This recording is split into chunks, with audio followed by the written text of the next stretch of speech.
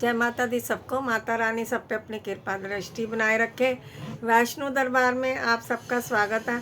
आज मैं आपको ना जीवन जीने की कला बताती हूँ कि हम अपना जीवन मतलब किस तरह से जिए कि हम हर हाल में खुश भी रहें और हम परम आनंद में रहें। तो उसके लिए तो आप सबसे पहले अपने अंदर जितनी भी मतलब चीज़ें हैं जो आपने अपने दिमाग में भर रखी हैं, कोई भी टेंशन, कोई भी मतलब सोच विचार, ऐसी मतलब कि बैड थिंकिंग्स कह सकते हैं, वो सब चीज़ों को आप निकालो। वो कैसे निकलेंगी? जब हम परमात्मा का नाम लेंगे। नाम लेंगे तो धीरे धीरे हमारे दिमाग अंदर जो है नेगेटिव चीज़ें, वो नेगेटिव थॉट्स जो हैं वो धीरे धीरे क्लीन होते जाएंगे। जब वो क्लीन होंगे तो सफाई हो जाएगी। सफाई होने के बाद हमारा माइंड स्ट्रेसलेस हो जाएगा। उस वो कैसे होगा? वो नाम जपने से होगा। अगर नाम जपते हो आप हमेशा अपने आप को आनंद में ही फील करोगे।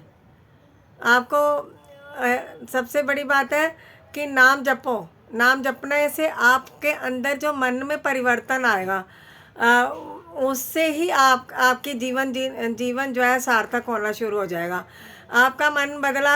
आप जितना मर्जी नाम सिमरन भजन कर लो, आप पाप कर्म भी कर रहे हो, आप झूठ भी बोल रहे हो, आप लोगों को सता भी रहे हो, आप दुनिया भर के बुरे कार्यक्रम कर रहे हो, तो फिर वो आपका नाम जपने से कोई फ़ायदा नहीं होने वाला। आप अपने नाम जप के आप चाहे 10 मिनट जपो, आप अपने आप को बदलो। जब आपका मन बदलेगा ना तो आपका जीवन सार्थक हो जाएगा। क्योंकि हमने अपने अंदर से रोज़ एक बुराई निकालनी है। सोचो मेरे अंदर क्या बुराइयाँ हैं कि मैं आलसी हूँ, समझो कि अगर मैं आलस छोड़ दूँ तो मैं सारे काम मतलब फुर्ती से कर सकती हूँ। तो वो आलस छोड़ दो। अगर हमारा मन मतलब गुस्से में भरा रहता है तो जैसे जैसे आप अपना नाम जपोगे आपका मन शांत होना शुरू हो जाएगा। जब मन ही हमारा चेंज हो गया तो हमारा तो जीवन वैसे ही सार्थक हो गया। और दूसरा, रोज़ 10 मिनट ध्यान में बैठो प्रभु के। आप अपने ध्यान में बैठोगे प्रभु के, आपको बहुत माइंड में मतलब कि दिमाग में सोच विचारों से खाली होता चला जाएगा। जब खाली होगा तो पॉजिटिव एनर्जी हमारे अंदर भरेगी। तो वो गुरबाणी में लिखा हुआ है, मूत प्लीति कपड़ होए ले साबन दइए ओ तोए, भरिए मत पापा के संग ओ तोवे नामी के रंग।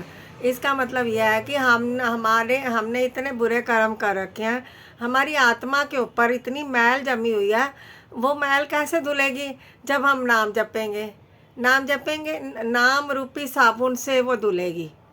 नाम जपने से हमारा मन आत्मा साफ होएगी। जब आत्मा साफ होएगी तभी तो परमात्मा आके बैठेगा। कहते हैं कि मूत प्लीति कपड़ होए ले साबन दइए हो तोए।